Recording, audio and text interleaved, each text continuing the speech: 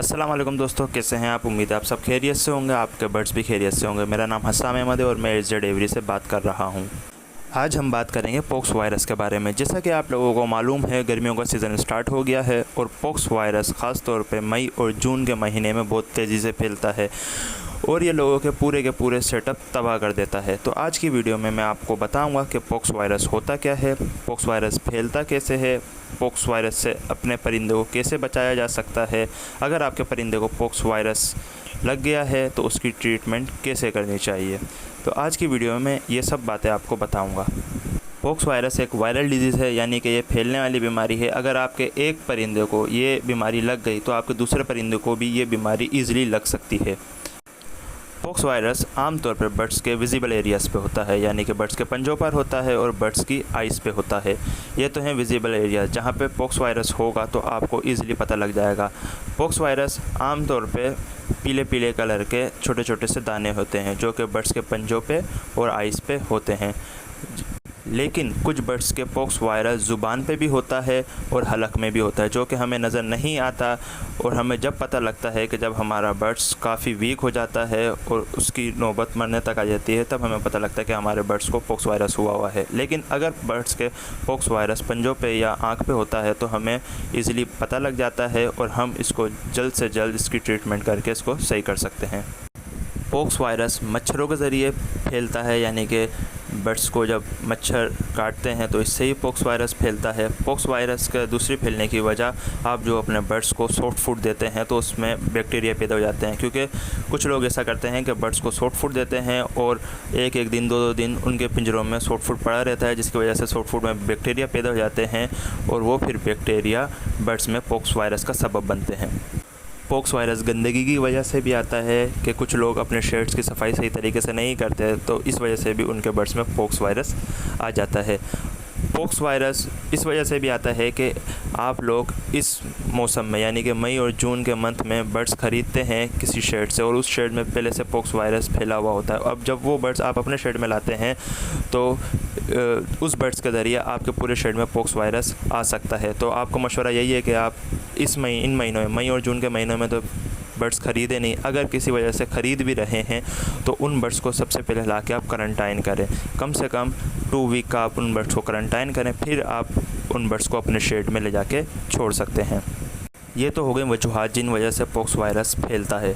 अब बात करेंगे पॉक्स वायरस को रोकने के बारे में, यानी कि अगर अभी तक आपके शेड में पॉक्स वायरस नहीं आया है तो आप उसको कैसे रोक सकते हैं, उसे कैसे आने से पहले ही ख़त्म कर सकते हैं।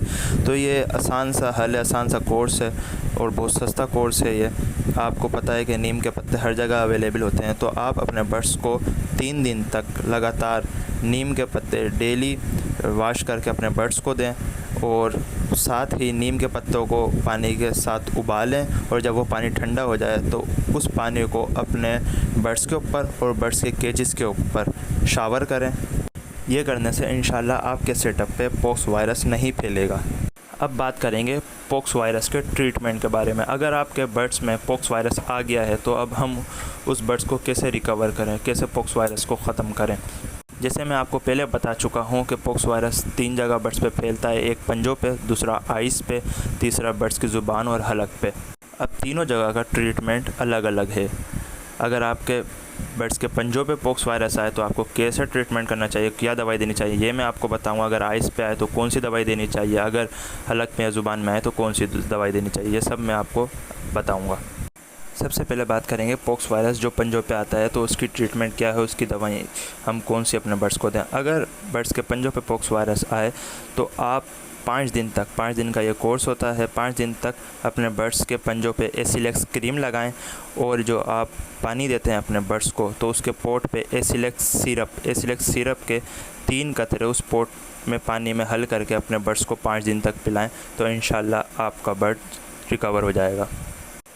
अगर पॉक्स वायरस बर्ड्स की आँख पर आया है और ये पॉक्स वायरस की इनिशियल स्टेज है तो मैं आपको सजेस्ट करूँगा कि आप अपने बर्ड को बेटनासोल एन नाम के ड्रॉप्स आती है, आई ड्रॉप, वो आप अपने बर्ड्स को 3 दिन तक डालें, 2 कतरे सुबह 2 कतरे शाम, तो इंशाल्लाह आपका बर्ड रिकवर हो जाएगा। अगर उस आँख की कंडीशन ज़्यादा ख़राब हो गई है तो फिर आप अपने बर्ड को टोब्राडेक्स के नाम से आई ड्रॉप आती है वो डालें 5 दिन तक 2 कतरे सुबह 2 कतरे शाम, इंशाल्लाह आपका बर्ड बिल्कुल रिकवर हो जाएगा।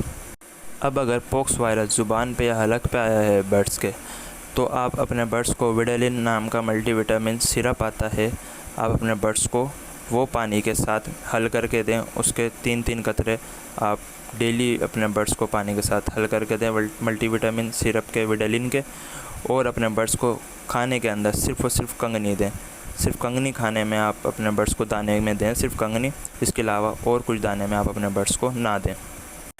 इंशाल्लाह आपका बर्ड्स जल्द से जल्द रिकवर हो जाएगा। तो ये थी आज की इन्फॉर्मेटिव वीडियो। उम्मीद है आपको पसंद आई होगी। मेरे इस चैनल AZ एवरी को सब्सक्राइब करें, दोस्तों के साथ शेयर करें, मेरी इस वीडियो को लाइक करें, कमेंट करें। मिलते हैं इंशाल्लाह नेक्स्ट वीडियो में। अपना ख्याल रखिएगा। अल्लाह हाफ़िज़।